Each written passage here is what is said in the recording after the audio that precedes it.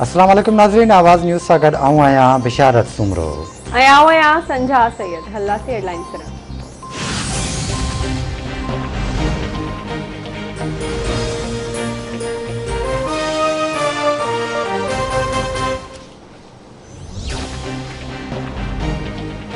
हफ़ीज़ शेख खे नाणे वारी वज़ारत तां हटाइण जो नोटिफिकेशन जारी। हमाद अज़हर नाणे वारो वज़ीर मुक़रर। वज़ीर आज़म इमरान ख़ान नदीम बाबर खे बि उहिदे तां हटाए छॾियो। ताबिश गोहर पेट्रोलियम वज़ारत बाबति वज़ीर आज़म जो सलाहकार मुक़रर। काबीना डिवीज़न पारां नोटिफिकेशन जारी।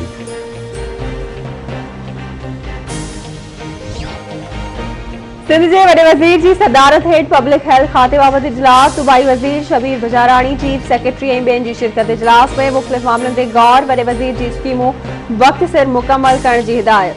इजलास में ब्रीफिंग ॾींदे चयो वियो आहे त पब्लिक हेल्थ खाते जूं 194 स्कीमूं आहिनि। 1842 स्कीमुनि मां 83 हिन साल मुकमल थींदियूं। मलीर जे 48 ॻोठनि खे पाणी फ़राहम करण लाइ स्कीम शुरू कई वई।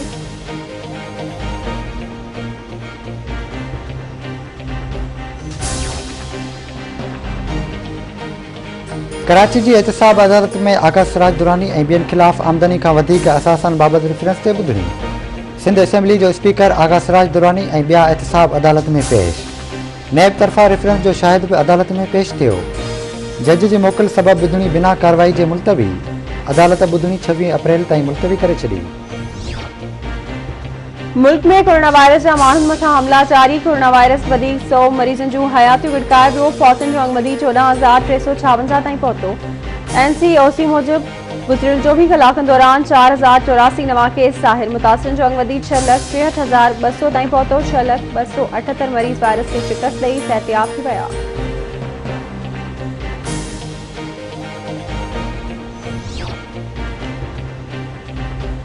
पुठिते पियल इलाइक़नि जी तरक़ी उस्मान बोज़दार जो मिशन आहे। फिरदौस आशिक़वान जो ट्वीट। चवे थी पुठिते पियल इलाइक़नि जी तरक़ी जो सफ़र जारी रहंदो।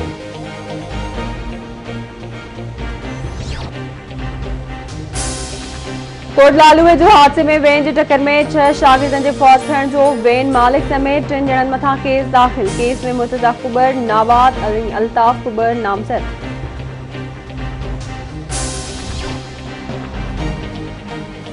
हौसपुर जे कचे वारे इलाइक़े में पुलिस जे ऑपरेशन दौरान 9 मां 6 मुग़विन खे बाज़ियाब करण जी दावा। ऑपरेशन दौरान पुलिस ऐं ॾुआरियुनि विच में फायरिंग सबबि इलाइक़ो जंग जो मैदान बणिजी वियो। SSP कश्मीर अमजद शेख जो चवणु आहे त ऑपरेशन दौरान 6 मुग़विन खे बाज़ियाब करायो आहे। जल्द ॿियनि मुग़विन खे बि बाज़ियाब करायो वेंदो। वज़ीर आज़म इमरान ख़ान खां पोइ सदर आरिफ अलवी ऐं बचाव वारो वज़ीर परवेज़ खटक बि कोरोना वायरस में मुब्तला। संदसि कोरोना टेस्ट पॉज़िटिव अची वई। सदर आरिफ अलवी चवे थो दुआ आहे त अल्लाह ताला सभिनी खे कोरोना वायरस खां बचाए।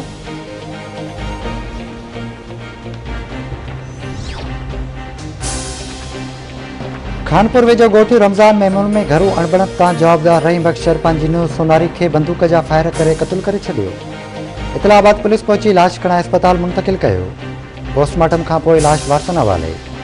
पुलिस जो चवणु आहे त वाक़िए जी जांच कई पई वञे।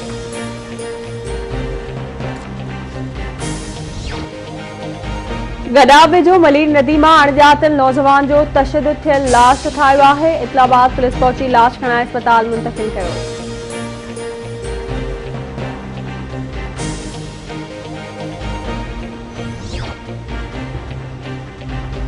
ऐं कंबर में स्टेशन रोड ते अणॼातल शरपसंदर मोटरसाइकिलनि जे दुकान खे बाहि ॾेई छॾी। बाहि लॻण सबबि लखे रुपयनि जो नुक़सान। मुतासिरनि पारां जवाबदारनि खे गिरफ़्तार करे वाहर जी अपील।